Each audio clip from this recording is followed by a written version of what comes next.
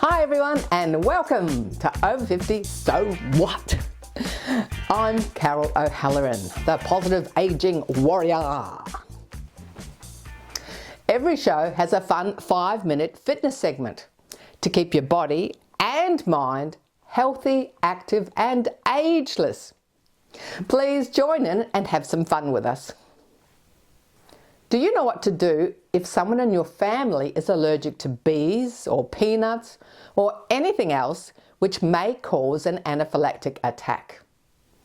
We have a very important chat with Dee from Lynex Health on what to do and how to use an EpiPen if you have one. You could save someone's life. Lastly in the show, we learn about the fastest growing sport in Australia, pickleball. A great fun activity for all members of the family up to 80 and beyond.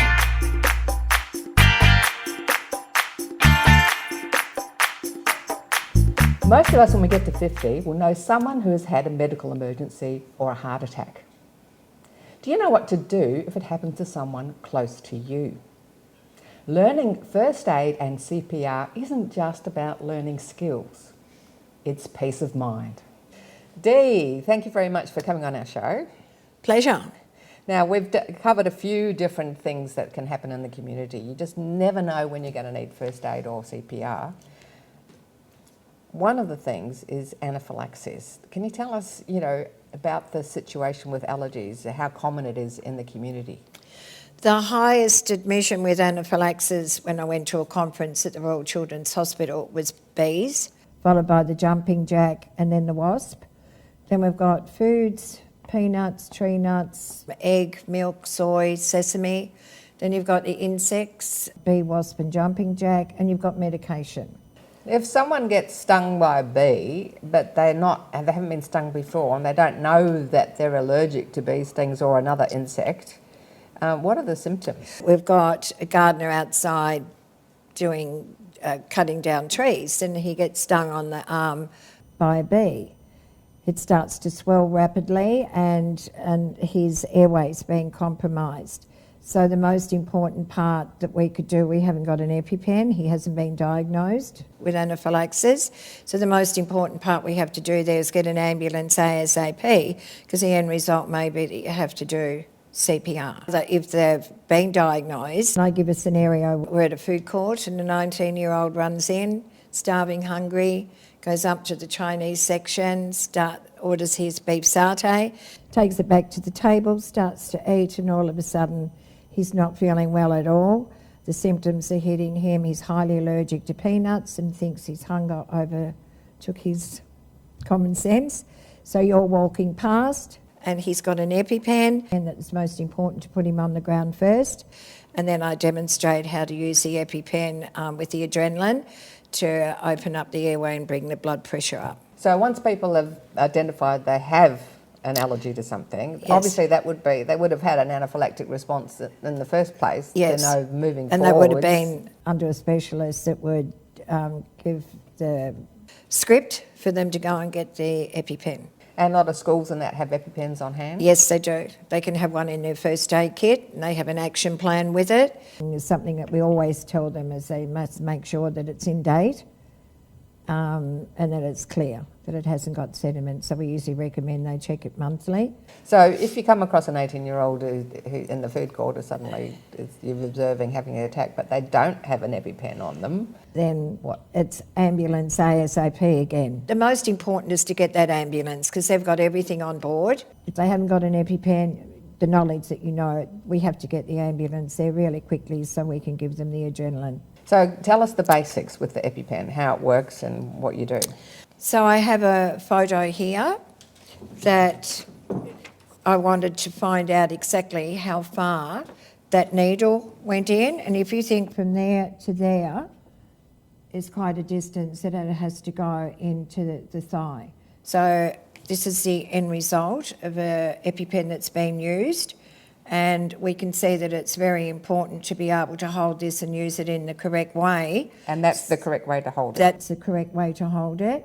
A lot will put their thumb on the end and they're losing control of the actual pen. So this is now how you have to use it. You must put the person on the floor and blue to the sky, orange to the thigh, push. 1 Mississippi, 2 Mississippi, 3 Mississippi, out, note the time, and after 5 minutes, a second EpiPen, if needed, can be administered. Ambulance would have been called and you're off to hospital. And so it goes straight into the big muscle on the front of the thigh? Yep, on the thigh. And how long do you hold it there for? I usually say 1 Mississippi, 2 Mississippi, 3 Mississippi, and out. So because it's a spring that administers the adrenaline into the thigh. So if you went in and out, there's your precious adrenaline coming out the end. And you can go straight through clothes? Yes. Well, thank you so much for everything today, and all those skills about using an EpiPen, so people know now what to do if they come across someone who has one. Yep. And what to do if they don't have one. Yes. Is there any final words you'd like to say to the viewers about having CPR and basic first aid training? Having had so many students come in over a period of time, most of them have said, thank you, Dee, for the skills that you've given me. I have the knowledge now to go out and feel comfortable that if anything happened in the home or work or even on the street or a car accident, that I've got the knowledge to know. So first aid, it's skills and knowledge that you can have to transfer to your family, friends, and especially young children.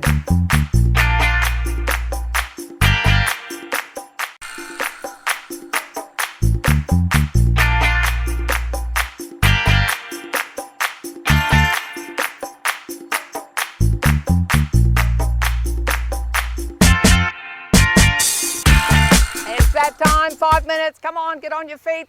Hang on to the chair, join in with Fabulous Faye, and let's do it. We're going to take a heel. While you're taking the heel, just check the area. No dogs, no cats, no cords, no mats. Now, in life, we get a bit frustrated. Sometimes we, like, ugh. Life's frustrating, but that's just life. Here's your chance right now to punch it out. Punch it out. Punch out any frustration you've got. And if you want to add a noise, you can go, ooh, ah, ooh, ah. That's it. Get rid of that frustration, any bit of tension, stuff going on in your life. Punch it out. Ooh, ah, and 4, 3, 2, 1. Thanks for that, dog. A nice little wake me up with some water. Now we're going to do a move we haven't done before. Looks like this. Side, together, walk, 2, 3, 4. Side, together, walk, 2, 3, 4. Side, together, walk, 2, 3, 4. Side, together. That's it. Another one for your coordination. Side, together, walk. Side, now 2 walks.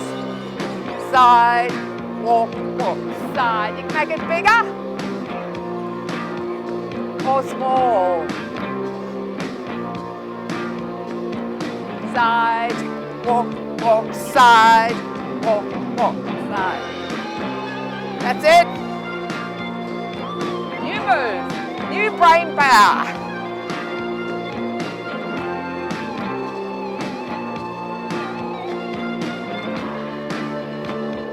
Okay, legs apart, bend and point, point and point, point. Okay, you ready to do that anti-stressing, anti-frustration move now? Ooh, ah, punch it out.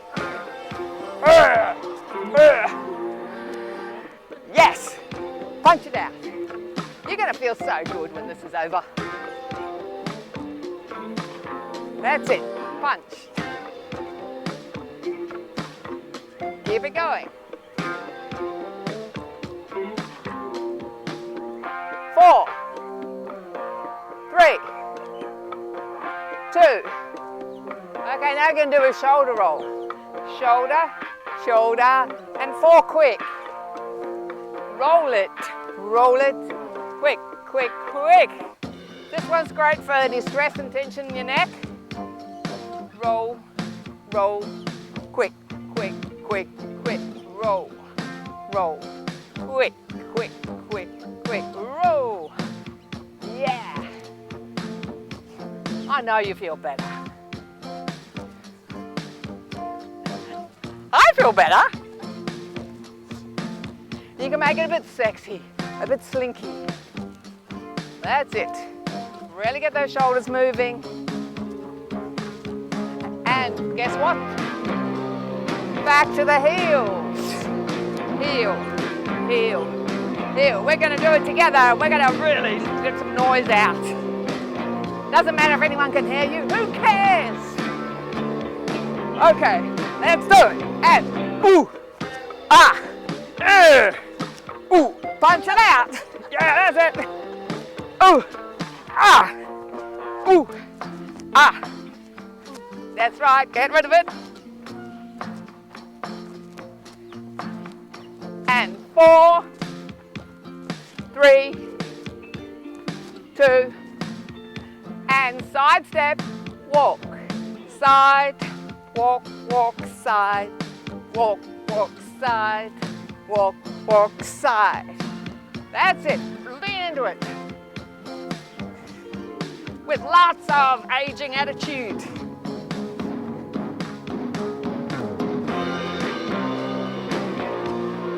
That's it.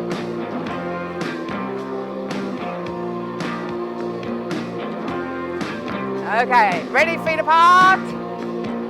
Bend and point, bend and point. Okay, we're going to do it again. Come on, fabulous, right? Oh! Ooh! Ah! Yeah! Yeah! Ooh! Oh, yeah! I'm sure you can think of a person or a situation. Ooh! Ah! Okay. Roll it out, everyone. You did great. Yeah, baby, yeah.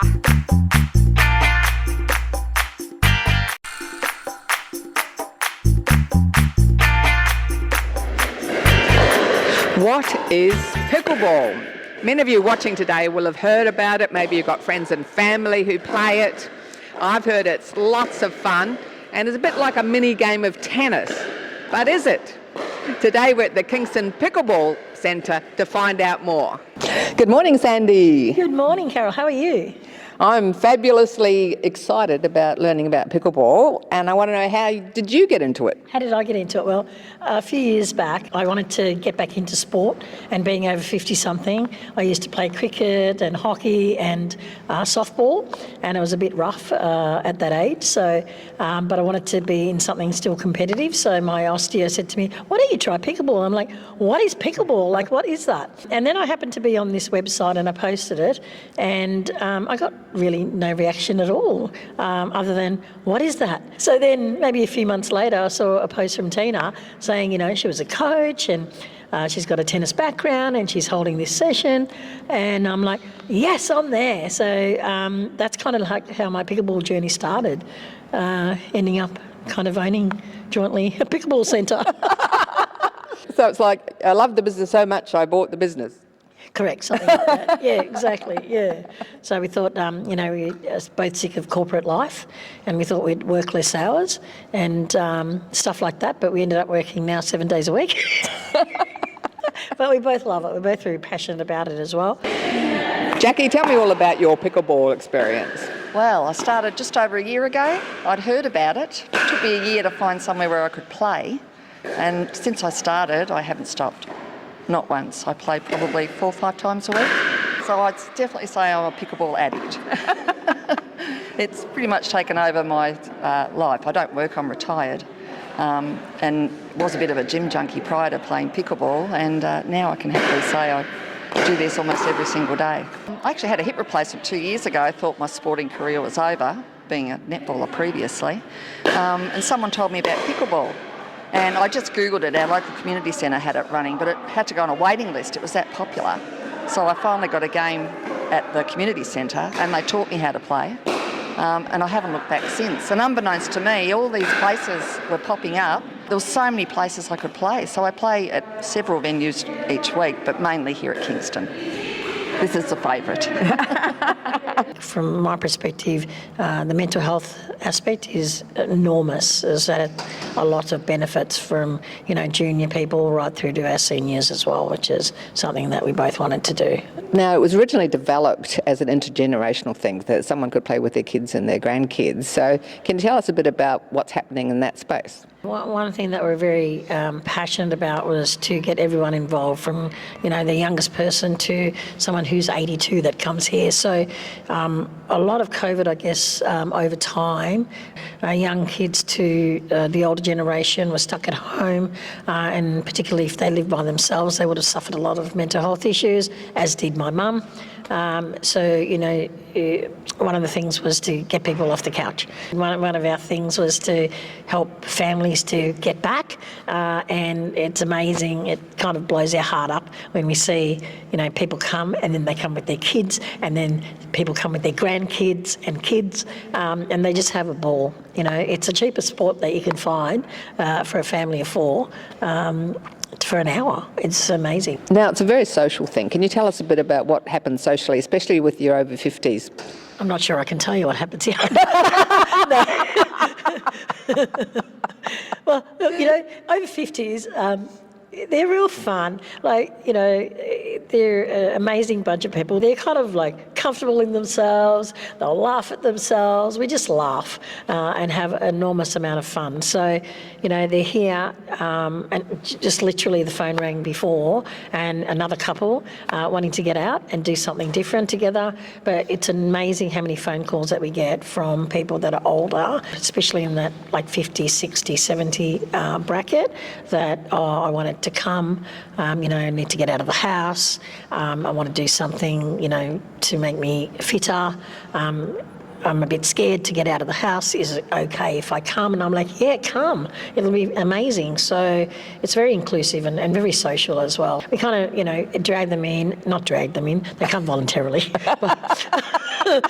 But once they're here, they just, they feel a part of a community, and that's something that Tina and I are very passionate about.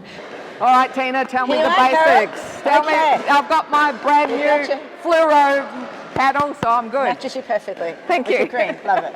Okay. Now. So the grip first, okay, Yes. because you need to be able to hold it. Yep. So the grip we're going to use is like a hammer grip. So that way you don't have to change to a forehand or a backhand. You're just going to hold it straight down the middle like that. Just Is with that right? That's correct. That's called the hammer or the continental grip. That's the grip Right. you're going to use to start with. Okay. And to start with, we're just going to practice some dinking. Dinking. Dinking, not drinking, That's dinking. isn't that a double income, no kids? Not in this case. All right, So a dink is like a little drop shot that just goes over the net Right. into the kitchen area, which is the light blue area over here. So the kitchen area is the area, This is just light blue before Correct. the net. Before the right. net, that's right. a little area. And it's just a little tiny shot that just goes over the net. So it's just like a little push. You're Right. just pushing it using your shoulder and not being wristy. You're just going to push that ball like a robot okay. straight over. Okay, very softly. That's called a dink. That's a forehand dink. And then the backhand is on the other side. So forehand's this way, backhand is that way. You can use two hands or one hand for the backhand. Okay. That's it. So that's a dink. That's called a dink. Okay. That's one of the most... Dinky die Aussie. Yes, exactly. There you go. Are you ready to have a go? All right. All right. Let's go. All right, Carol, so we're going to be doing some dinking now. Okay. In this light blue area. That's the kitchen. That's right, the kitchen here and the kitchen over there. Okay. Your shot's going to land in the kitchen on that side. So it's going to go a bit of a shape, a bit of a loop. Okay. And there. So just demonstrate that to you. Right. Paddle down and just pop it up like that. That's a dink. And there's Tracy hitting it back. Let it Just first. bounce and then hit up. That's it. Soft, that's it. Good. Oh. Soft grip. Oh! Good try. How can I It's because it's shorter than a tennis. Because it's a bit shorter. Yeah. It takes a bit of practice and it doesn't bounce as high. Okay. Again. All right.